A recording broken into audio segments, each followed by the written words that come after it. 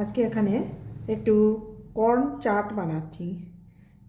এখানে দেখুন কর্ন নিয়েছি, এরকম বড় বাটিতে 1 বাটি কর্ন নিয়েছি, সেটাকে কুকারে 2টো সিটি দিয়ে নিয়েছি।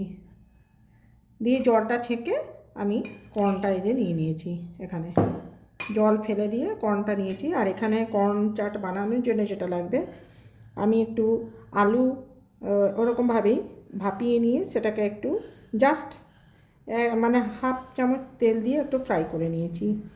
আর ওপর থেকে একটু গোলমরিচ আর নুন দিয়েছি। আর এখানে নিয়েছি পেঁয়াজ কুচো করে নিয়েছি একটা গোটা, এখানে অল্প ধনেপাতা, 1 টুকরো কাগজি লেবু আর একটা কাঁচা লঙ্কা নিয়েছি। ঝালটা যে যেমন খাবেন সেই মতো দেবেন। আর এখানে নিয়েছি পরিমাণ মতো বিট নুন, গুঁড়ো গোলমরিচ আর শসা কুচো করে নিয়েছি। এই কর্ন যেটা ভাপিয়ে নিয়েছি সেই কর্নটার মধ্যে এক এক করে সমস্ত উপকরণ আমি দিয়ে দেবো। এখানে প্রথমেই দেব পেঁয়াজ কুচো, এই গোটা পেঁয়াজের কুচোটাই দিয়ে দেব। আচ্ছা, এখানে দিলাম ধনেপাতা, আমি হাতে করেই দিয়ে দিচ্ছি, ধনেপাতা কুচো দিয়ে দিলাম। আর কাঁচা লঙ্কা কুচোটা দিয়ে দিচ্ছি।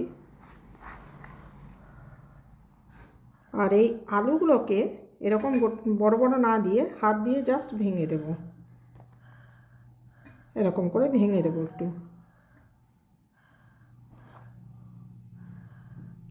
কেউ যদি এক্ষেত্রে আলু খেতে না চান, সে আলুটাকে দেবেন না। আর এর সাথে কেউ টমেটো খেতে চাইলে টমেটো কুচো করেও দিতে পারেন, আমি এখানে ওটা দিচ্ছি না।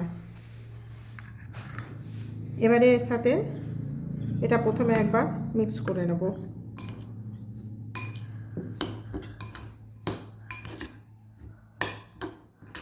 এবারে এর মধ্যে এই শসা কুচিয়ে রাখাটাও দিয়ে দেবো।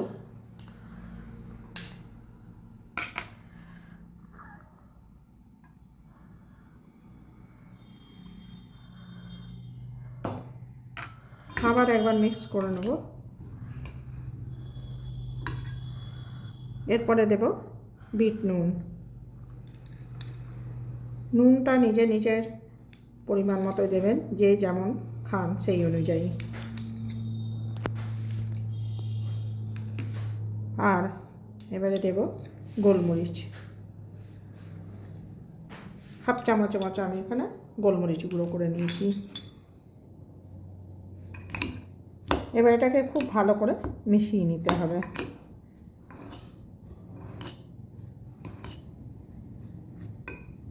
এইবারে লেবুর রসটা দিয়ে দেবো, লেবুটা নিংড়ে রসটা দেবো। এটাও কিন্তু যার যেরকম মন যাবে, টক খেতে যে যেমন পছন্দ করেন সেরকমই দেবেন। দেখুন একেবারে ভালোভাবে মাখা হয়ে গেছে সমস্ত উপকরণ দিয়ে। আমি এবার এটা বাটিতে সার্ভ করে দিচ্ছি।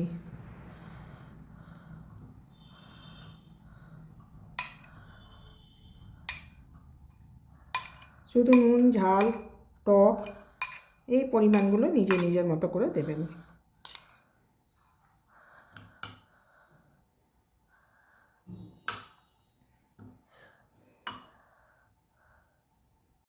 আর এই সন্ধ্যাবেলার একটি মুখরোচক, চটপটা অথচ স্বাস্থ্যকর একটি রেসিপি।